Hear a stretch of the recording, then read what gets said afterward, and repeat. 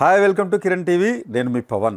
ఈరోజు war 2 review గురించే ఒక్కసారి మాట్లాడుకుందాం. చాలామంది చాలా రకాలుగా ట్విట్టర్స్లో అలాగే యూట్యూబ్ ఛానల్స్లో ఈ రివ్యూలు రకరకాలుగా ఇస్తున్నారు.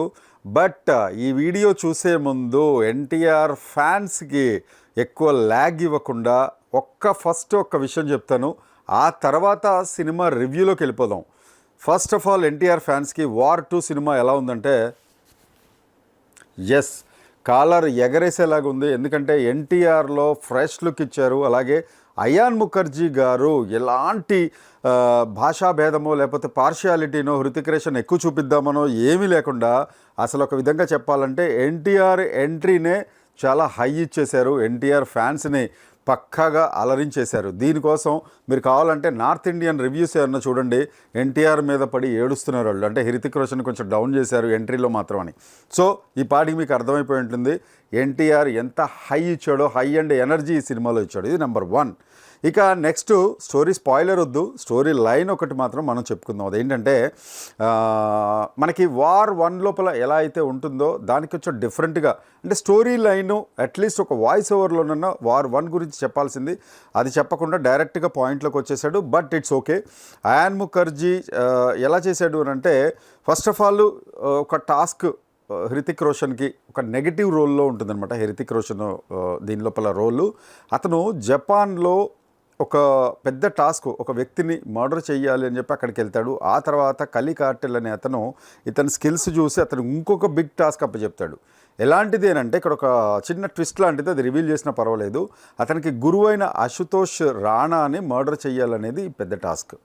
సో ఈ టాస్క్లో హృతిక్ రోషన్ ఉండంగా కొత్తగా వచ్చిన రా చీఫ్ అనిల్ కపూర్, విక్రమ్ అండ్ కియారా అద్వానీ బృందంతో వాళ్ళ టీమ్ తోటి, ఎందుకనంటే కియారా అద్వానీ కూడా చనిపోయిన అశుతోష్ రాణా కూతురు అనమాట.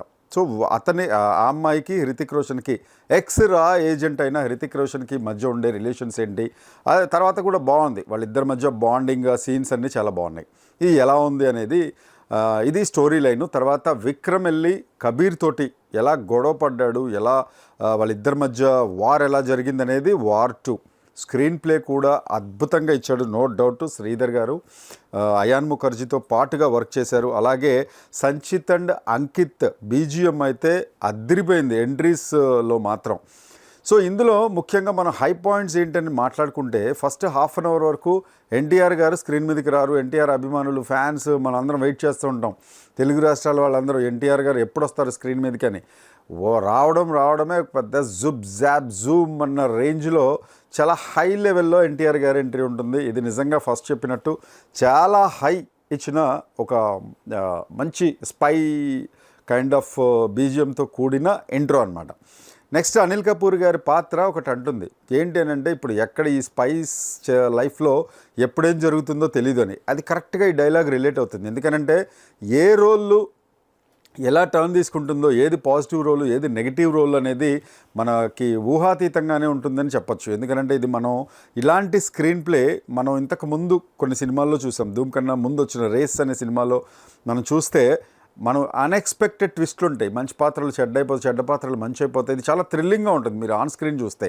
సో ఇది వార్ ఎందుకు ఉంది తెలుసు కదా. అంటే ఓల్డ్ ఎక్స్ రా ఏజెంట్ హృతిక్ రోషన్కి ప్రజెంట్ రా ఏజెంట్ అతన్ని పట్టివ్వాలి, డెఫినెట్గా అతన్ని పట్టుకోవాలి, అతను దేశద్రోహంకి సంబంధించిన పనులు చేస్తున్నాడు హృతిక్ రోషన్ అనే పాయింట్లో కబీర్ని పట్టుకోవడానికి విక్రమ్ వెళ్తాడు. ఇది సింగిల్ లైన్ స్టోరీ. దీని లోపల స్క్రీన్ ప్లే ఎలా నెరేట్ చేశారు, ఫైనల్గా ఇద్దరు కలిసి ఆపరేషన్ చేశారా, లేకపోతే ఈ స్పై ఆపరేషను, అలాగే లేకపోతే ఎదురుగా అంటే వాళ్ళిద్దరూ వార్ చేసుకున్నారా అనే పాయింట్ ఎక్సలెంట్గా ఉంటుంది. ఇక క్లైమాక్స్లో మీరు వెంటనే బయటకు వచ్చేయకండి. ఒకటి క్లైమాక్స్ ఎండ్ టైటిల్స్ వరకు ఉంటే మీకు ఇంకొక రోల్, ఆల్ఫా అనే రోల్ మీకు చిన్న క్లూ ఇస్తున్నా. బాలీవుడ్లో ఆల్ఫా ఎవరు? ఎస్. సో ఆ రోల్ కూడా మీకు ఇంట్రడ్యూస్ అవుతుంది. సో ఇదంతా చూస్తే మధ్యలో మనం హై పాయింట్స్ అన్నీ మాట్లాడుకున్నాం. ఎలాగా ఉంది, యాక్షన్ సన్నివేశాలు సూపర్ ప్లస్ అవుతున్నాయి, బీజిఎం ప్లస్ అవుతుంది, మ్యూజిక్ ప్లస్ అవుతుంది, ఎక్సలెంట్గా ఉంటుంది. అయితే ఇందులో దేశం కోసం త్యాగం, sacrifice for the nation first అనే పాయింట్ పెట్టారు. అది బాగుంది, చాలా బాగుంది. అయితే భావోద్వేగాలు, ఎమోషన్స్ అనేది ఇంకొంచెం దీనిలో ఉంటే బాగుండేది అనిపిస్తుంది. అది కొంచెం మైనస్ అనిపిస్తుంది. అట్లా అలాగే 1-2 చోట్ల ఎందుకో కొన్ని సినిమాలు పెద్ద పెద్ద సినిమాల్లో కూడా విఎఫ్ఎక్స్ మనం ఎదుగుతున్న కొద్దీ, విఎఫ్ఎక్స్ బ్రహ్మాండంగా చేస్తున్న కొద్దీ ఆర్టిఫిషియల్ ఇంటెలిజెన్స్ కూడా వచ్చింది మనకి.